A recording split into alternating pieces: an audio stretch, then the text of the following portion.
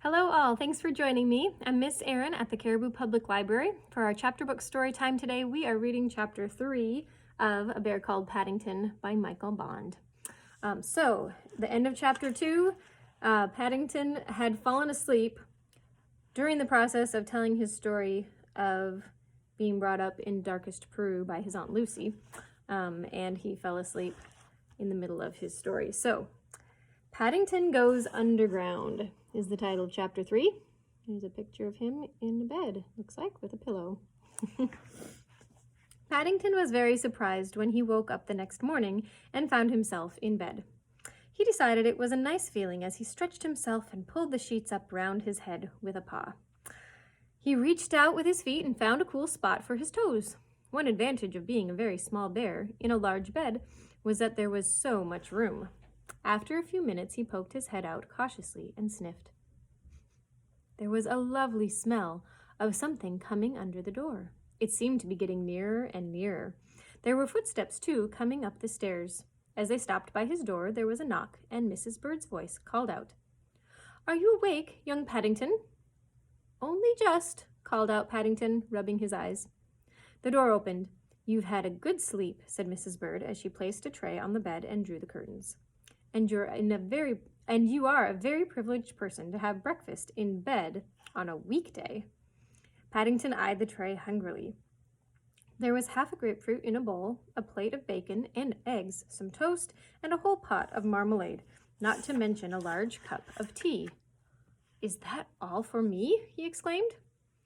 "If you don't want it, I can soon take it away again," said Mrs. Bird. "Oh, I do," said Paddington hurriedly. "It's just that I've never seen so much breakfast before." "Well, you better hurry up with it." Mrs. Bird turned in the doorway and looked back. "Because you're going on a shopping expedition this morning with Mrs. Brown and Judy. All I can say is, thank goodness I'm not going too." And she closed the door. "Now, I wonder what she means by that," said Paddington. But he didn't worry about it for very long. There was far too much to do. It was the first time he had ever had breakfast in bed, and he soon found that it wasn't quite so easy as it looked. First of all, he had trouble with the grapefruit. Every time he pressed it with his spoon, a long stream of juice shot up and hit him in the eye, which was very painful. Here's a picture of the grapefruit squirting in his eye. Meow.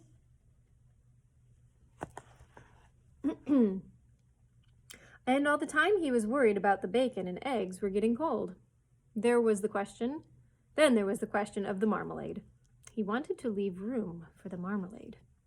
In the end, he decided it would be much nicer if he mixed everything up on the one plate and sat on the tray to eat it. "Oh, Paddington," said Judy when she entered the room a few minutes later and found him perched on the tray.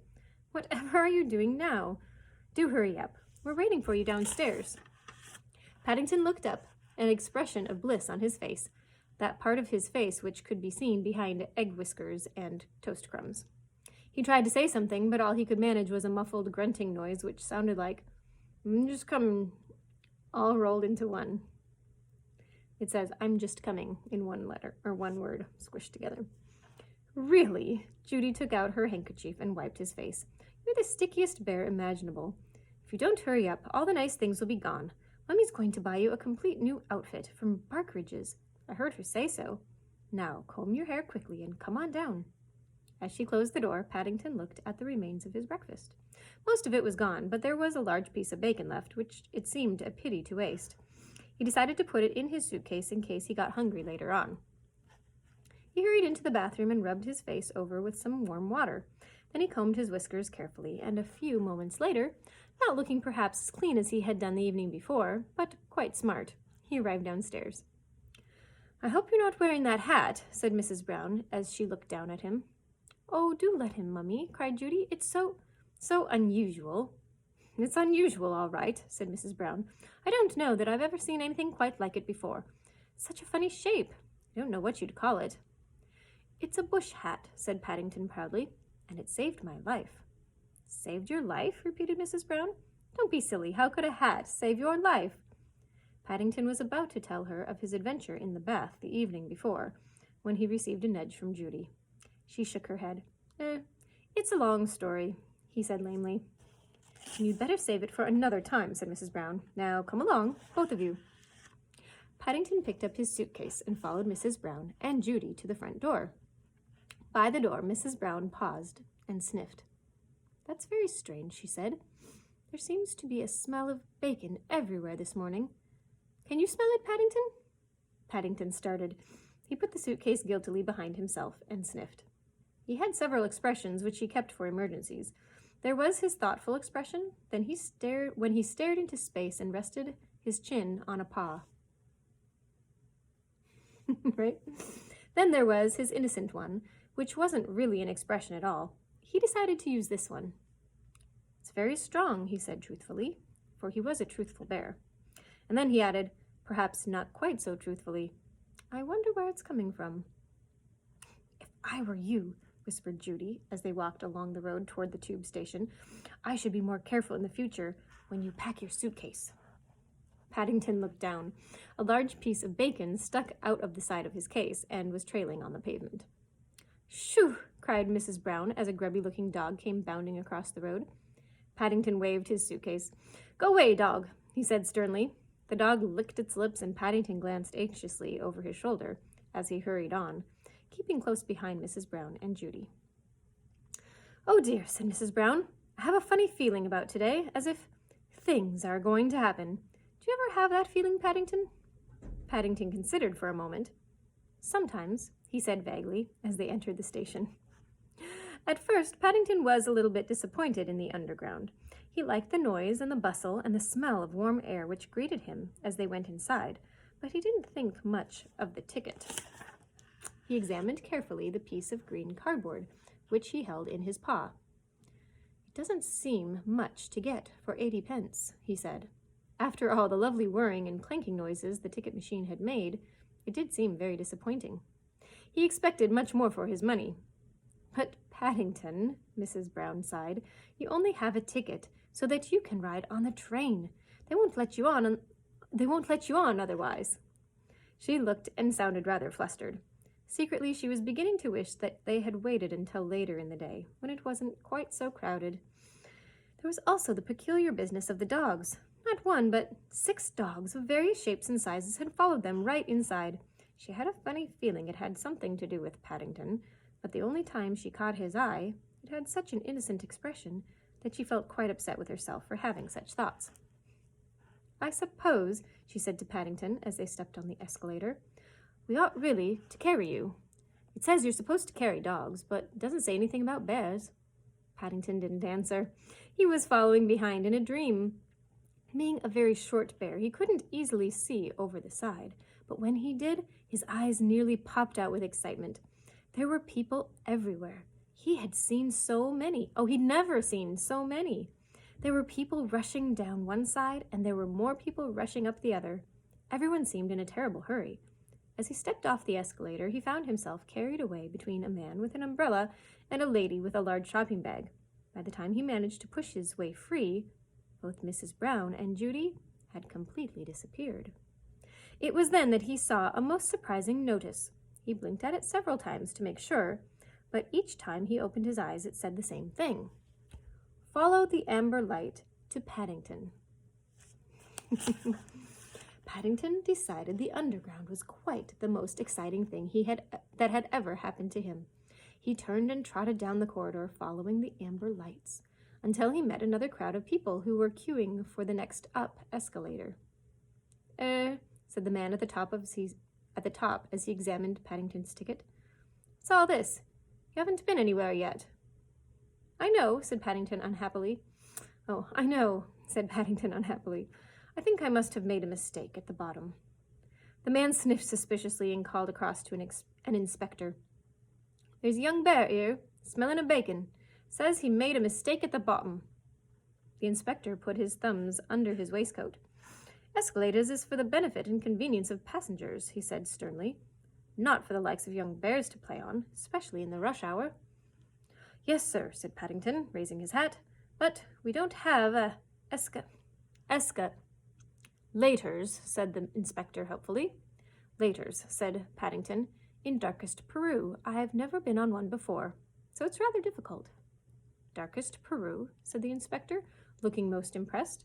Oh, well, in that case, he lifted up the chain which divided the up and down escalators. You'd better get back down, but don't let me catch you up to any tricks again. Thank you very much, said Paddington gratefully, as he ducked under the chain. It's very kind of you, I'm sure. He turned to wave goodbye, but before he could raise his hat, he found himself being whisked into the depths of the underground again.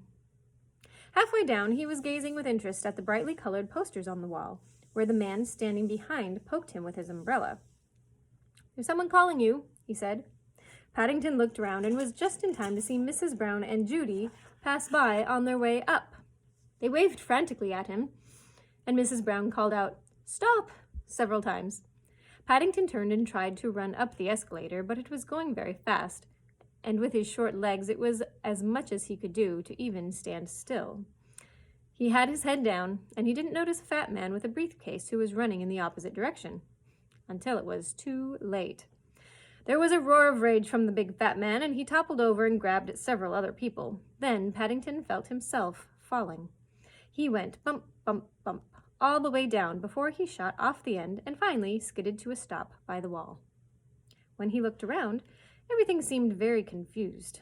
A number of people were gathered around the fat man, who was sitting on the floor, rubbing his head. Away in the distance he could see Mrs. Brown and Judy trying to push their way down the up escalator. It was while he was watching their efforts that he saw another notice. It was in a brass case at the bottom of the escalator, and it said in big red letters, "To stop the escalator in cases of emergency, push the button." It also said in much smaller letters, "Penalty for improper use, £50. But in his hurry, Paddington did not notice this. In any case, it seemed to him very much of an emergency. He swung his suitcase through the air and hit the button as hard as he could. Oh, yikes. Here's a picture of him toppling down the steps. Bump, bump, bump. If there had been confusion while the escalator was moving, there was even more when it stopped. Paddington watched with surprise as everyone started running about in different directions, shouting at each other. One man even began calling out, "Fire!" and somewhere in the distance a bell began to ring. He was just thinking what a lot of excitement pressing one small button could cause when a heavy hand descended on his shoulder. "That's him," someone shouted, pointing an accusing finger. "Saw him do it, with me own eyes, as large as life."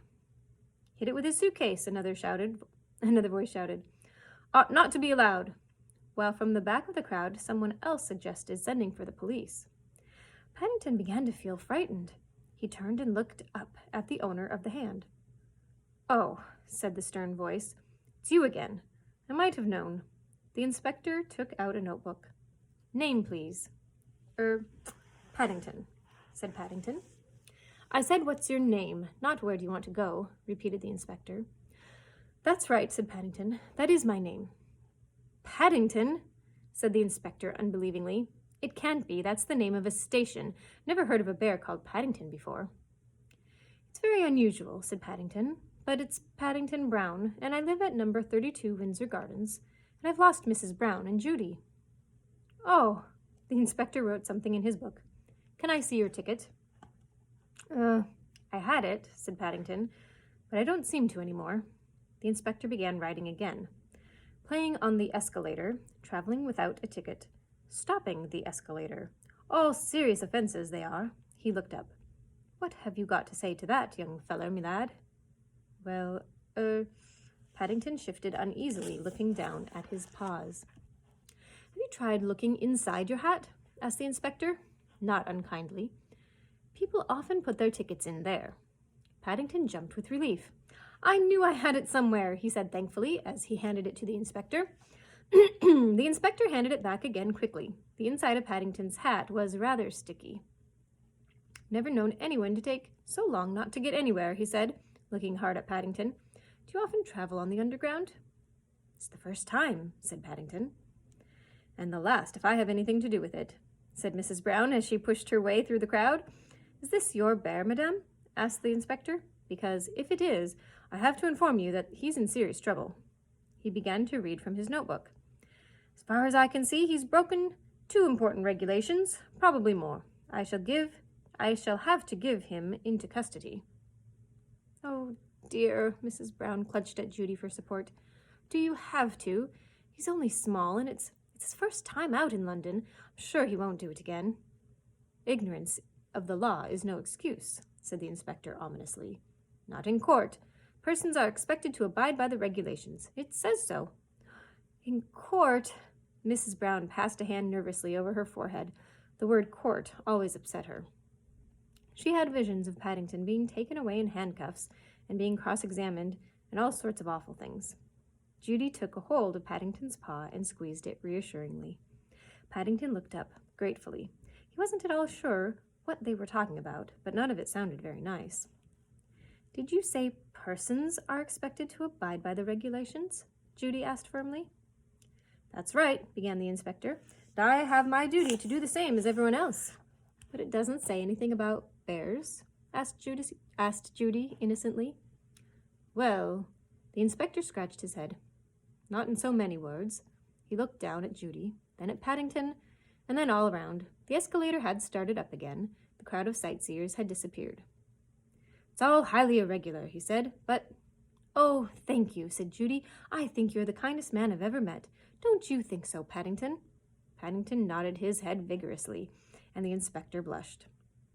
"I shall always travel on this underground in the future," said Paddington politely. "I'm sure it's the nicest in all of London." The inspector opened his mouth and seemed about to say something, but he closed it again. "Come along, children," said Mrs. Brown hastily. "If we don't hurry up, we shall never get our shopping done." From somewhere up above came the sound of dogs barking. The inspector sighed. "Can't understand it," he said. "This used to be such a well-run, respectable station. Now look at it." He stared after the retreating figures of Mrs. Brown and Judy, with Paddington bringing up the rear, and then he rubbed his eyes. "That's funny," he said, more to himself. "I must be seeing things. I could have sworn that bear had some bacon sticking out of the case." He shrugged his shoulders. There were more important things to worry about. Judging by the noise coming from the top of the escalator, there was some sort of dogfight going on. It needed investigating. Here's a picture of our investigator watching them as they walk away. Those dogs wanted some of the bacon, didn't they? They smelled that bacon sticking out of his suitcase. Well, that is it for Chapter 3 today. I hope you guys are enjoying our story about Paddington Bear, and we will see you next time. Have a great night.